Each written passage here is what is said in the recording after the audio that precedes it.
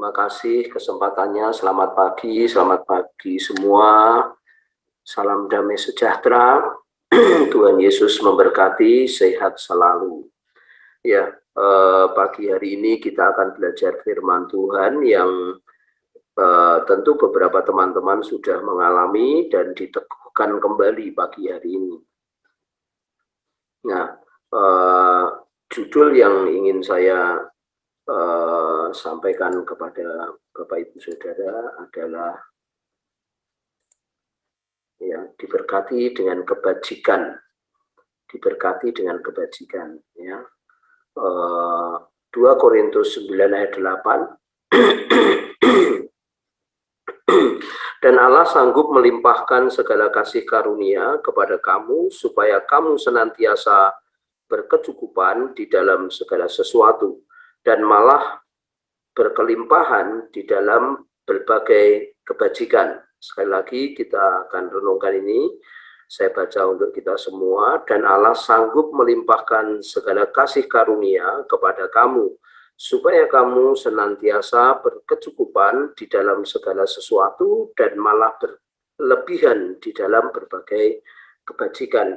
Bapak Ibu Saudara, dari ayat ini kita bisa membreakdown ada 3 tahap dan Allah sanggup melimpahkan segala kasih karunia kepada kamu. Kayaknya apakah suaranya flashback ya? Menggema? Enggak terlalu. Ya. Yang pertama, Allah sanggup melimpahkan kasih karunia kepada kita.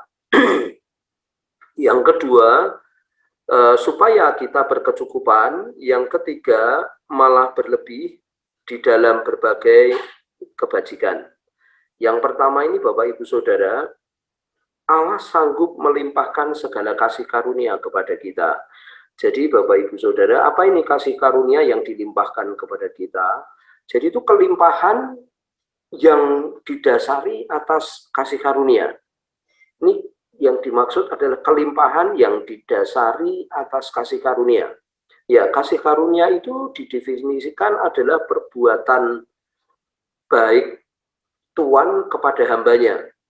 Itu di perjanjian lama menurut saya seperti itu. Di perjanjian baru lebih radikal lagi, lebih hebat lagi, saudaraku, adalah perbuatan atau hadiah yang diberikan kepada orang yang tidak layak menerima hadiah itu, gitu. Nah ini Tuhan sanggup melimpahkan kasih karunia. Artinya di dalam segala sesuatu, saudaraku, kita bisa datang kepada Tuhan yang posisinya kita sebenarnya tidak layak. Yang posisinya sebenarnya kita ini harusnya ini ya dihukum, harusnya kita ini menerima sesuatu yang tidak baik. Tetapi karena kasih karunia itu kita boleh datang kepada Tuhan, sehingga kita ini, saudaraku, memperoleh sesuatu. Gitu. Sehingga kita ini dipulihkan, sehingga kita ini diberkati dengan kebenaran, sehingga kita ini diberkati dengan hikmat, sehingga kita ini diberkati mungkin dengan materi, sehingga kita ini diberkati mungkin dengan kekayaan yang bukan menurut manusia, tapi menurut Tuhan. Karena firman Tuhan mengatakan Ia yang memberkati kita menurut kekayaan dan kemuliaannya, bukan menurut ukuran manusia, ya saudaraku, tetapi menurut kekayaan dan kemuliaannya, gitu. Kita diberkati Tuhan. Jadi dasarnya apa? Dasarnya adalah Allah sanggup melimpahkan kepada kita kasih karunia itu, saudaraku, ya. Ya, Dia melimpahkan karena kasih karunia, bukan karena kita ini layak, bukan karena kita ini baik, bukan karena kita ini cakap, tetapi kita dilimpahi itu karena kita datang kepada Tuhan, kita menyambut kasih Tuhan, dan Dia punya kasih karunia. Dia tidak pandang bulu siapapun yang datang kepada Tuhan. Maka itu Alkitab juga ada catatan, saudara, menulis, saudaraku, satu firman Tuhan yang mengatakan bahwa Dia ya saudaraku, dia yang memberkati kita, saudaraku, menurut kasih karunia-Nya, gitu ya. Itulah yang dilimpahkan. Bahkan di Efesus 1 juga mengatakan dia yang memberkati kita dengan kekayaan surga, saudaraku ya. Karena ada kekayaan yang dari dunia, ada yang kekayaan dari surga. Nah, yang jelas dia sanggup melimpahkan segala kasih karunia. Oleh karena itu keperluannya adalah kita datang kepada Tuhan. Kita mengungkapkan kepada Tuhan, saudaraku. Yang kedua adalah supaya senantiasa kita berkecukupan, saudaraku ya. Nah, supaya senantiasa kita berkecukupan. Bahkan Tuhan mau kita ini bukan sekedar berkecukupan, tetapi berkelimpahan gitu. Nah, untuk berkecukupan ini, saudaraku, kita perlu hikmat, kita perlu, saudaraku, kecerdasan dari Alkitab, kecerdasan dari Tuhan, bukan kecerdasan dunia, saudaraku, tetapi kecerdasan dari Tuhan, dari Alkitab, saudaraku. Bagaimana kita mengelola sesuai dengan firman Tuhan, apa yang telah kita dapat dari poin 1, saudaraku. Ini yang butuh proses ya. Ini butuh proses panjang karena definisinya juga berbeda dari dunia gitu ya. Yang ketiga, supaya kita berlebih di dalam berbagai kebajikan gitu. Supaya kita berlebih di dalam kebajikan ini, saudaraku, kita sudah bebas, kita sudah memiliki hati yang rela, kita bisa memiliki hati yang baik, saudaraku ya, karena berkat Tuhan tadi kita peroleh dengan kita datang kepada Tuhan, saudaraku ya. Nah, saya mendapatkan hikmat dari Tuhan, saudaraku ya. Kalau kita tidak menerima sesuatu dari Tuhan, kita tidak dapat memberi sesuatu itu, gitu. Ya, misalkan gini contohnya, kita merasa bahwa apa yang kita dapat itu dari perolehan kita yang mati-matian, saudaraku, maka kita, saudaraku, tidak mudah melepaskan itu, gitu. Karena itu jasa kita. Itu penghargaan dari diri kita, gitu saudara. Kita sulit sekali itu melepaskan segala sesuatu, gitu. Tetapi kalau kita mendapatkannya karena kasih karunia, kita sadar kita tidak layak, kita sadar bahwa Tuhan itu memberkati kita, maka saudaraku, kita dengan memperoleh kebajikan dari Tuhan, kita akan mudah membagikan kebajikan itu, saudaraku. Karena kita punya. Kalau kita tidak punya, ya kita sulit untuk membagikan segala sesuatu yang tidak kita punya, saudaraku ya. Tetapi karena kita diberkati, maka kita mudah memberkati. Nah, saudaraku, dalam hal ini, saudaraku, kita butuh namanya diberkati. Siklusnya adalah kita datang kepada Tuhan dan diberkati, lalu kita berkecukupan, kemudian kita berlebih, saudaraku ya.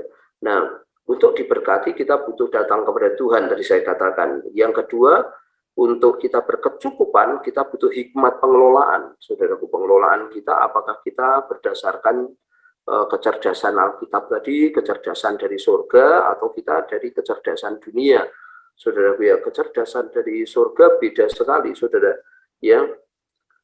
Yang jelas, saudaraku, kita mengelola apa yang kita punya, termasuk keuangan, saudaraku ya. Kita dengan diberkati Tuhan, saudaraku, kita bisa mengelola. Apakah kita orang yang taat? Pertama, saudaraku, saya katakan, apakah kita menjadikan Yesus sebagai Tuhan di dalam keuangan, contohnya. Dalam keuangan kita, apakah kita menjadikan Yesus sebagai Tuhan? Kalau Yesus menjadi Tuhan, maka keuangan kita nomor 1 adalah Tuhan, saudaraku ya. Itu kecerdasan Alkitab, hikmat kebijakan Alkitab ngomongnya seperti itu, gitu ya. Yang kedua adalah kita bukan pencuri. Kita pasti akan membayar pencuri. Mencuri pertama adalah mencuri uangnya Tuhan. Perpuluhan kita bagaimana, saudaraku? Apakah kita masih mencuri? Alkitab mengatakan, saudaraku, kita dibilang sama Alkitab itu, kamu pencuri. Mencuri apa? Perpuluhan. Ya, kalau kita tidak perpuluhan, itu Maleaki mengatakan kita pencuri, ya saudaraku ya. Apalagi, saudaraku, Tuhan Yesus di Perjanjian Baru jelas mengatakan apa itu mata uang itu, saudaraku ya, dikatakan gambar siapa ini? Oh, ini gambarnya Kaisar, nah, berikanlah kepada Kaisar. Gambarnya kepada Tuhan, berikanlah kepada Tuhan, gitu. Ya, saudara, kemudian yang ketiga, berlimpah untuk kita, berlimpah, saudaraku ya, kebajikan. Kalau kita berlimpah, maka kita mudah untuk melepaskan kebajikan, saudaraku ya. Nah, ini berkat Tuhan pagi hari ini, saudaraku, saya berharap, saya rindu setiap kita, saudaraku, bisa datang kepada Tuhan, tidak dengan takut dan gentar, tidak dengan situasi gundah gulanah lagi, tidak rasa ketertuduhan lagi, saudaraku ya. Kemudian kita bisa, saudaraku, memperoleh segala sesuatu, memperoleh sesuatu, saudaraku. Alkitab mengatakan kamu tidak meminta, kamu tidak memperoleh apa-apa karena kamu tidak meminta, gitu ya. Kemudian yang kedua, saudara, kita butuh, saudaraku, datang kepada Tuhan untuk kita bisa berkelimpahan di sana dan punya kebajikan. Saya yakin kita pasti diberkati Tuhan dengan kita datang kepada Tuhan, Bapak Ibu Saudaraku. Stepnya, ya, kita datang kepada Tuhan, saudaraku, kemudian kita berkecukupan, ya, berkecukupan dalam hal ini karena kita bisa mengelola menurut kecerdasan firman Tuhan. Baru yang ketiga, kita berlimpah, saudaraku, dengan kebajikan. Kita bisa memberi, saudaraku ya, kita bisa menyatakan apa yang kita punya itu kepada orang lain. Ya, mari kita berdoa, saudaraku ya.